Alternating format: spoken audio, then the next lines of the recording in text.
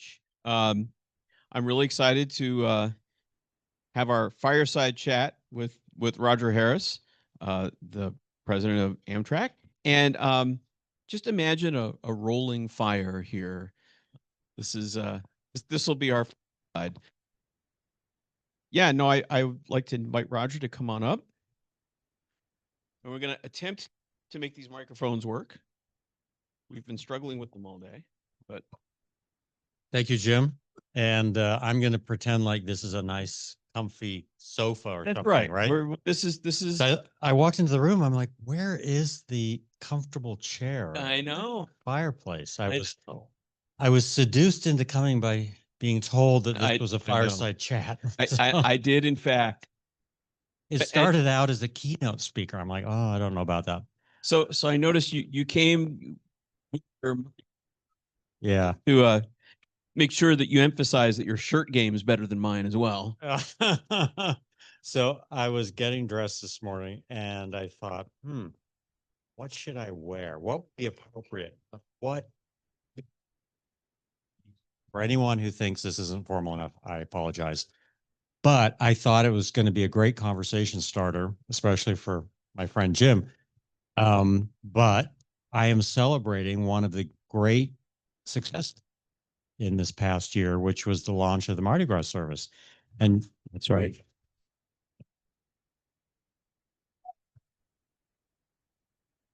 And I would like to congratulate John Robert Smith on the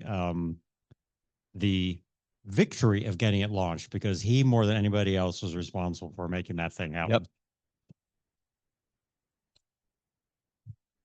Yep. And we're going to hear from Robert a little later about all of that. Okay. So, well, I mean, I want to tell him the story about my shirt. Oh, okay? Good. No, all right? Yeah, no, let's do it. So we all went down to the Mardi Gras inaugural event, 16th of August. So it's not been that long. It's already been a huge success, the train. And same thing. I thought, what should I wear? And it was 48 hours beforehand. And I had this bright idea. Oh, maybe I can find a polo shirt in the Mardi Gras colors. And I went on to Amazon. They had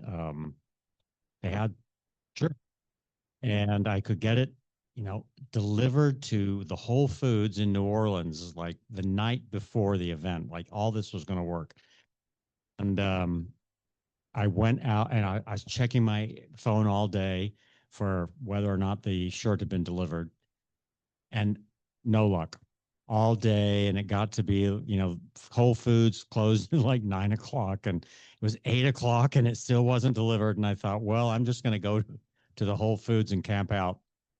And I didn't have another shirt to wear that was appropriate. And so, I go in, I take the trolley, the streetcar out to this other neighborhood, and I get to like 10 to 9. And I go to the counter and I said to the person working at the counter, I said, I'm a package. And she said, no. She said, by the way, we've already had the last delivery of the day. So if it's not here, no luck. And, I was so frustrated. So I said, can I just wait until you close? And she said, well, if you want to. So I, circled around the store a few times looking for something to eat. And I went, and then right when I'm leaving, when they close, I suddenly get this alert on my phone. And I thought, well, that looks a bit different. And it was my shirt. It had been delivered, apparently. And anyway, so I wore this at the event, and I think people appreciated it. And I looked in my closet this morning, and I thought maybe I can get one more wear out of it. I have washed it. I have washed it since, but anyway, it's a talking point. It's more than a talking point, though. It's actually, I mean, it was a celebration of a first, right? And it was really a lot of fun when we went to that event together, to see how much fun everybody was having. These are people who had waited 2 decades. Wow, yeah. 19 years and 11 months. Just be accurate. And some days. But I mean, really, honestly, it's been a whole run of firsts, hasn't it? I mean, we have Mardi Gras. We have the next generation of Acela. We had Borealis just last year. Mm-hmm. I went to a whole bunch of different openings for new projects, Connecticut River Bridge, and I mean, I'm a little silver shovel in the office, and it's actually been really great. I mean, in a lot of ways, we've got the arrows that are getting ready to be delivered. It's kind of a great time to be Amtrak right now, isn't it? It really is. And I reflect on it frequently because every day is a new adventure. And I view my job as taking care of all the problems so that everyone else can do their job. And um, it's been a tough year, to be honest with you. If you look back, so you're right, Jim, great year, but tough year, right? So like the last 12 months, huge amount of uncertainty for our employees. There have been all kinds of changes in the world in all kinds of ways. But the most incredible thing is it's been our best year ever on so many things. Record ridership, record revenue, record capital spending, like investment in, real stuff like bridges and tunnels and things like that. And we had these new services, which is what Jim just said. So the Mardi Gras service is producing something, almost double the ridership that we first expected in the early months. You mentioned next generation of Acela. There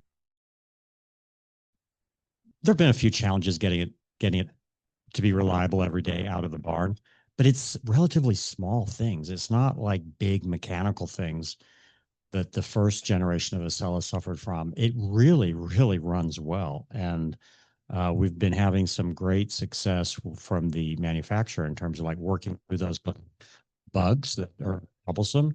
So, if you add all those things together, like the great performance and these great projects, I would say it's the best year we've ever had.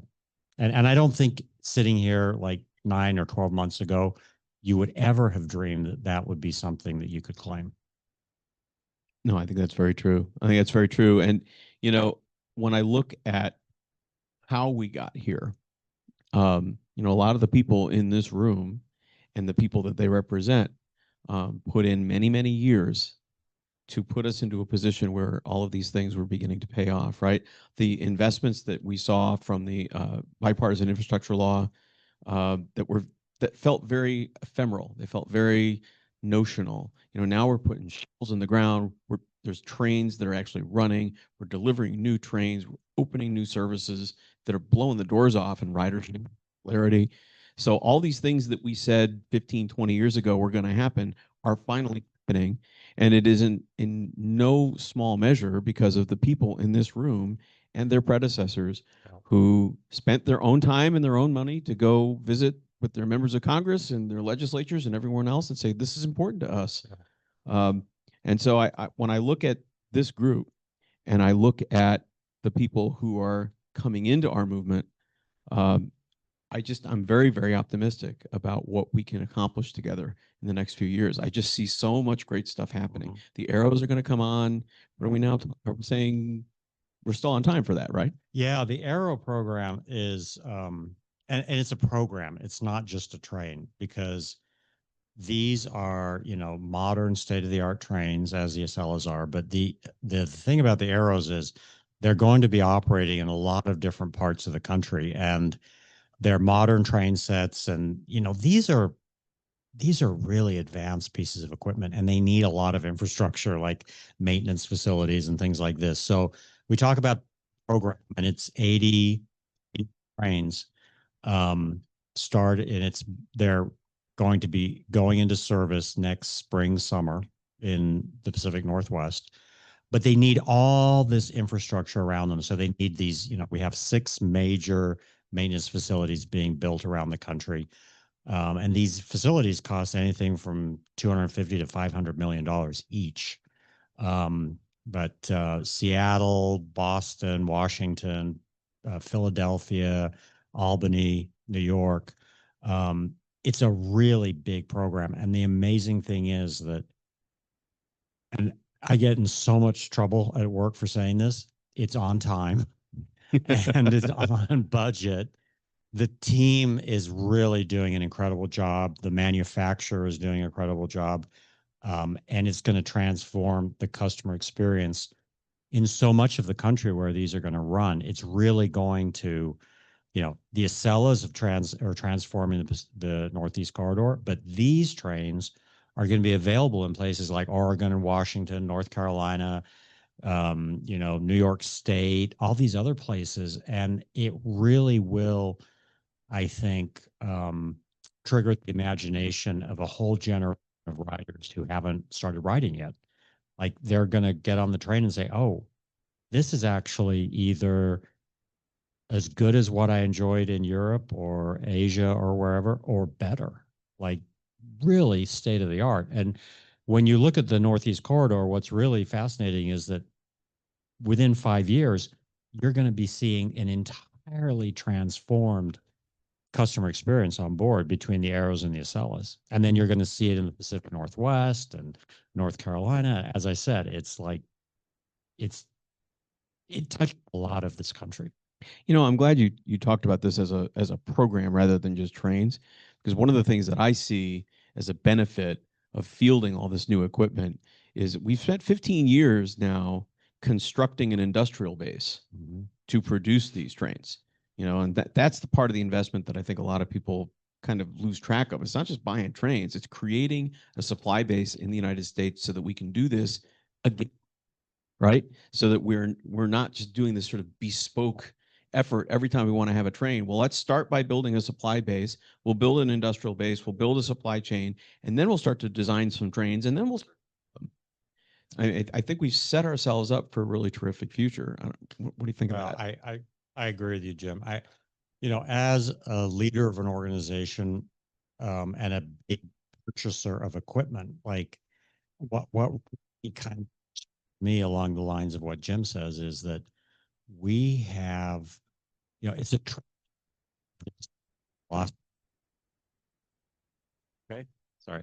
It's a tragedy that this country lost its supply base in the passenger rail business. It really is. And, that was a result of a lot of different things that happened, but a lot of it was the unpredictability of orders, especially for intercity passenger rail. So you had these big companies like Pullman Standard and Bud go out of business. We lost that, industrial infrastructure to build these new trains. And then there has been a rather unfortunate history of some foreign companies trying to establish a beachhead here and build equipment and not being terribly successful and then leaving the market again. And so we have domestic suppliers failing. We had some foreign suppliers failing. And remember that it's not just about one company that builds the trains. It's about all the suppliers and all of the jobs and the, knowledge and training that goes into it.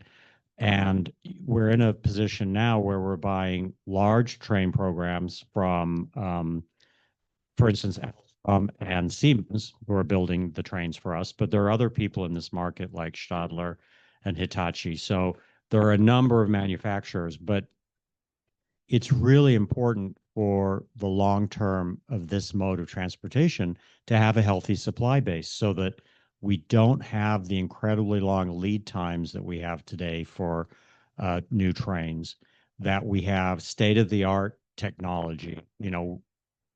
We deserve, I think the traveling public deserves global state-of-the-art equipment. And we have a big debt in terms of that at the moment in passenger rail in this country. But let me give you one fact, which I think is really fascinating.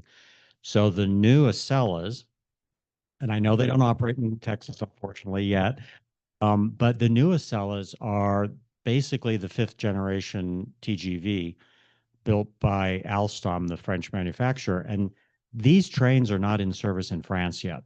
So we are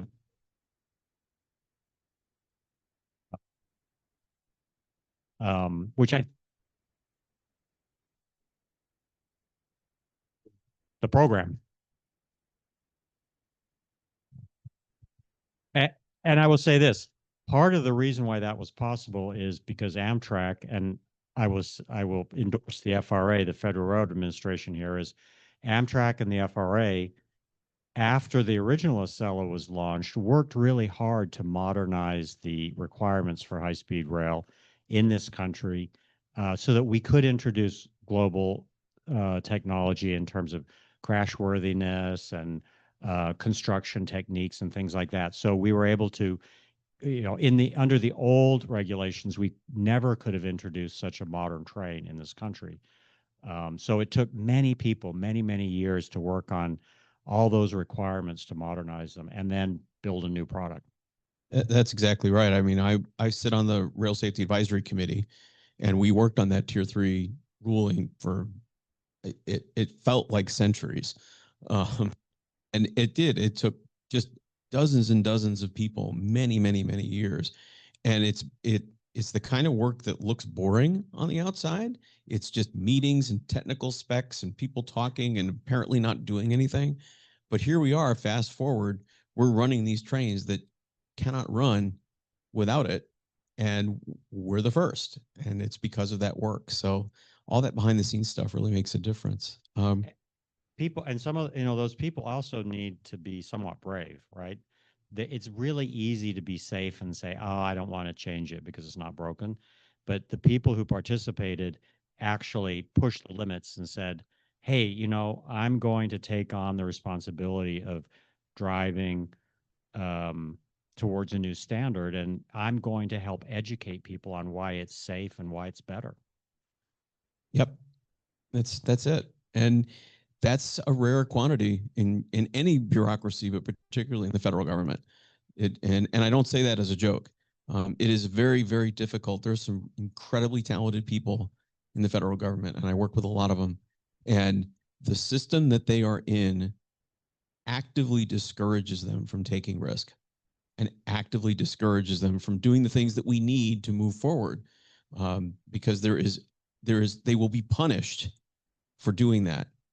And so part of what we can do as advocates is to create the environment in which it is possible for them to do the kind of work that we want them to do.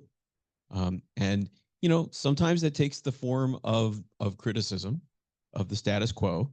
I don't think it's any secret that our association has from time to time had to criticize things that we see maybe at Amtrak or other operators.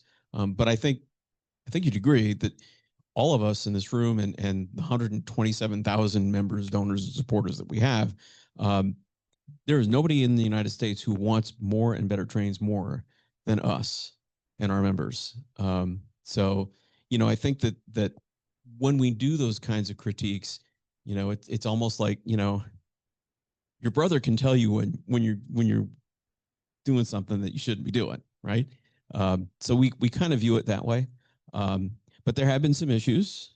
We know that we've had some issues with timekeeping. We know that we've had the issues with the car washes. We know that we've had, some good days and some bad days. Can you maybe walk us through some of where we are on some of those issues? Yeah, one of the things that we've really done in the last 6 to 9 months, which isn't new, but it's certainly about focus. So we've really focused on getting back to basics and making sure that, rather than run off and be distracted by 100 different things, we're trying to make sure we run a good railroad today, which of course we always sought to do, but perhaps we weren't always focused enough on that. And so, part of that has resulted in some of those records I said, like record ridership.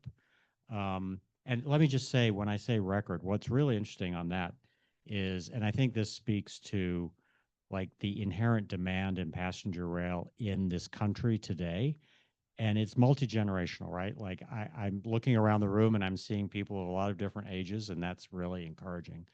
But Amtrak had been stuck at a level of ridership of something like 30, 31 million for a decade before COVID. And it just seemed like we could never really break through that ceiling. Like we'd have good years and bad years, but it was always about that. And we've had no new equipment, basically, for decades. There's been a little bit of new equipment in the Midwest, but very little in general. And this year we got ridership up to about 34.5 million versus 30, 31 pre-COVID. So we're seeing real 34.5 million. and next year probably close to 37 million.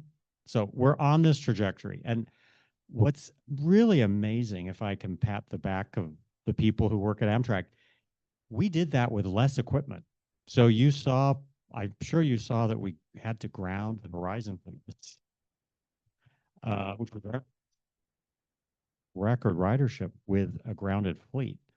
But it's because a lot of the operations people and the commercial people figured out how to reduce the amount of time between trains, or they managed to get trains out of the yard faster. You know, they did things that were about efficiency, and they also figured out how to attract more people to trains that weren't full. So we've been able to increase our load factor by more flexible pricing, more attractive pricing on off-peak trains. So there were some real basics like that, but we've also been concentrating on, you mentioned car washes.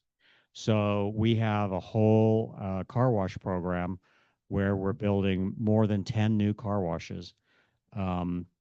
We have already inaugurated the new car wash in Seattle, New Orleans, and Boston. And the one in Chicago is currently going through delivery calibration.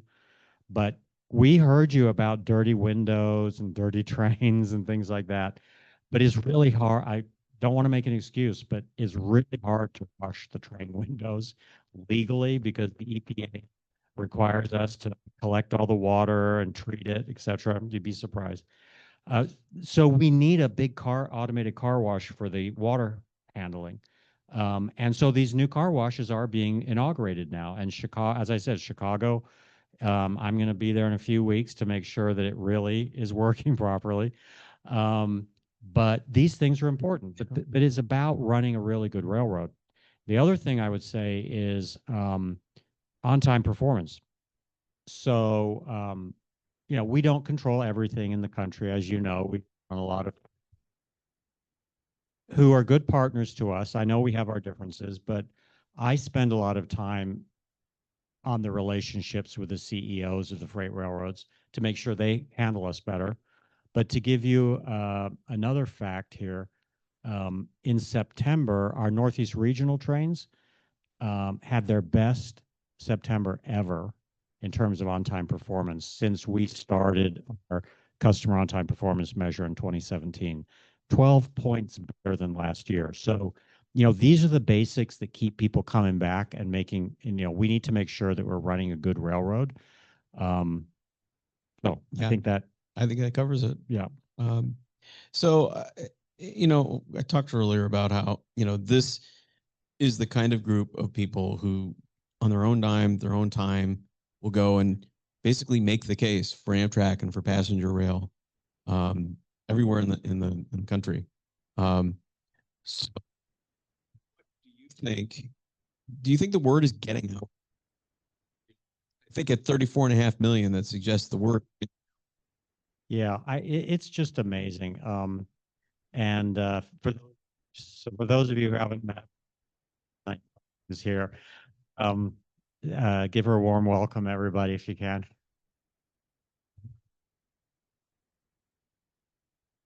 Thank you. I don't know if you had a chance to meet her, but Elaine came here all the way from Boise to attend this meeting. She is so passionate, but Elaine is a great example of one of our great advocates who go around the country in her role as a board member and has been meeting people in communities who don't have trains yet. She's a huge booster of Boise for train service. But it's just fascinating, the grassroots interest in passenger rail. And, you know, what we have found is that we can go and we can talk to people in Congress, but the most important thing is grassroots interest, because some of the people who are most effective at advocating for new service are the mayors and the leaders of communities. And they also tend to, by many of our national leaders. And, you know, I always say to people, transportation is nonpartisan, right? it doesn't matter what party you vote for, you still get stuck in traffic and you still have parking problems and all these other things. So I think transportation can be this great unifying factor. And when we look at places like the Gulf Coast Service, when we look at Borealis, we see that there is this latent interest in this. And I'm not saying all we have to do, but putting service in is what brings this out of the woodwork. People like, yeah, I want service. Um, and we're just almost limited by our ability to put those new opportunities out there. Yeah, no, and I think that's true, and that's one of the reasons you'll hear me continue to beat the drum all the time about new equipment, because right now we're capacity limited.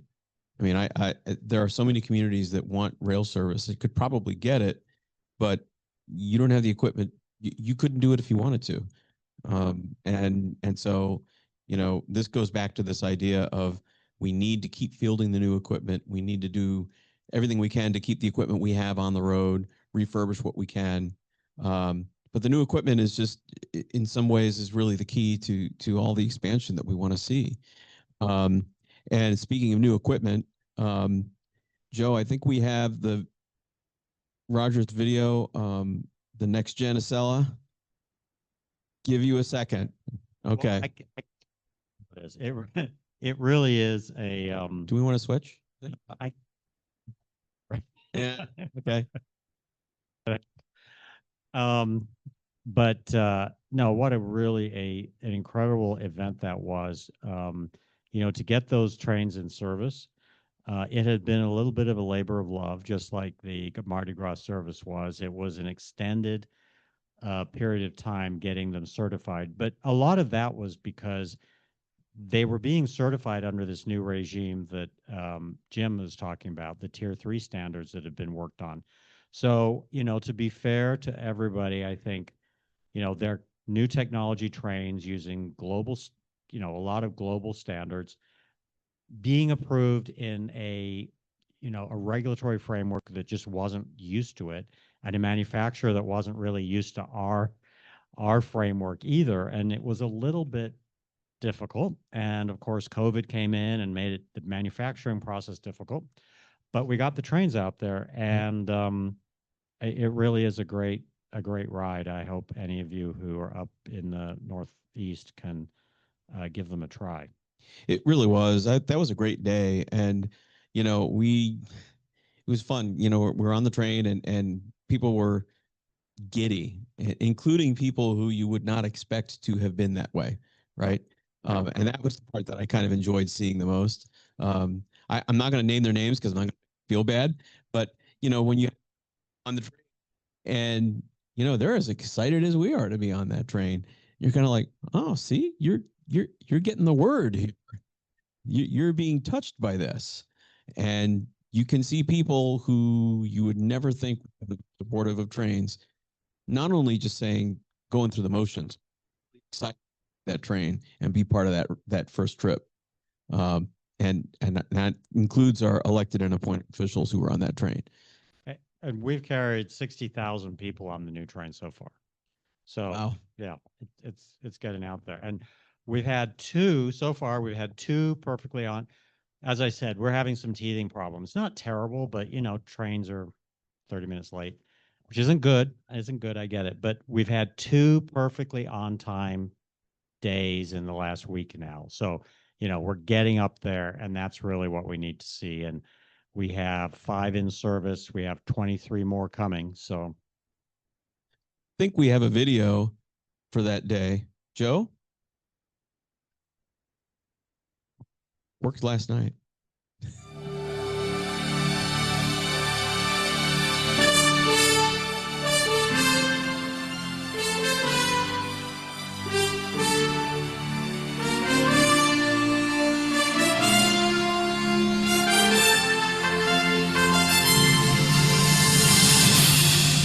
Amtrak's new Mardi Gras train route will soon be in service. The route, which travels from New Orleans to Mobile, will welcome its first passengers on board on Monday. is just a really special reconnection for all the people of the Gulf Coast. They came from all over. I came down here from Tallahassee, me and 3 friends. I've come all the way down from Boston to ride this train. This is an incredible opportunity for people all along the Gulf Coast. Welcome to Amtrak 2.0. Today is the start of a new Amtrak. They're beautiful. They're going to be faster, but most importantly, a better experience for the traveling public. This is beautiful. It's brand new. It's going to be a way different traveling experience. America's newest, fastest train is now rolling up the East Coast. Did you make a point of booking it because it was the first one? Yes, oh yeah. I love the answer. That's the nicest way to go to New York. Big changes here on the rails this morning. Amtrak's brand new high-speed Acela trains are officially launching today. Today is the day that starts a new Amtrak that delivers on the promise of safe, reliable, and efficient travel. These trains are beautiful. They are fast, they are state-of-the-art, and they are American-made. I'd like to invite you to experience Next Gen Acela, the next generation of premium travel in America.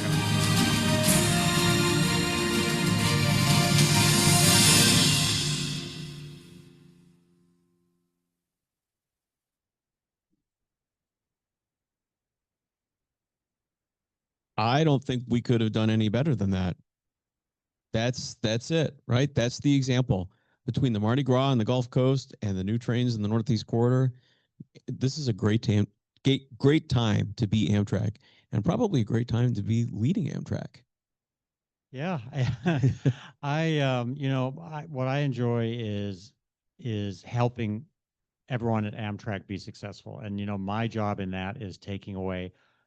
First of all, is communicating on what's going on, but also taking away the barriers for them. Right, like I can't do things on my own. It really is about enabling the over 20,000 employees who we have working hard at Amtrak every day. But one reflection I have, Jim, is that there is the railroad and running the railroad, and as I said, running a really good railroad, which is what we're focused on. The other thing is something that you brought up earlier, which was the incredible amount of capital investment that we're making today that was made available through the IIJA under the Biden administration or during the Biden administration. And our capital spending this last year was 400% greater than back in 2019 before the IIJA. And it's really incredible. And this goes, you're talking about equipment. It really is incredible, the visibility of the infrastructure investment that's been going on. So if you happen to be in New Jersey and you're on the train approaching New York, you'll see this enormous bridge called the Portal North Bridge, which is just almost appeared out of nowhere, it seems, in 12 months. It's not quite that case, but it's an enormous bridge, a modern structure. It replaces a movable bridge that has been problematic for many years. We're going to cut over the first track this winter to the new structure.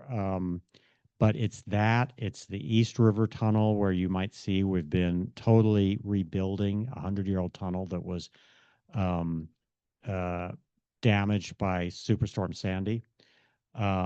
It's also the Hudson River Tunnel program. It's the B&P Tunnel in Baltimore. It's Susquehanna River Bridge, Connecticut River Bridge. There's so many of these large infrastructure projects underway. And I think that's another thing that really the public can see, that they can see the results of their tax dollars at work building infrastructure for the coming decades. And so I think I want to leave it there and just congratulate you on the progress that we've made in the last year, and looking forward to continuing to work with you on more. This is going to be an exciting couple of years, and this is going to be fun. Thank you, Jim. Roger, thanks so much for being here.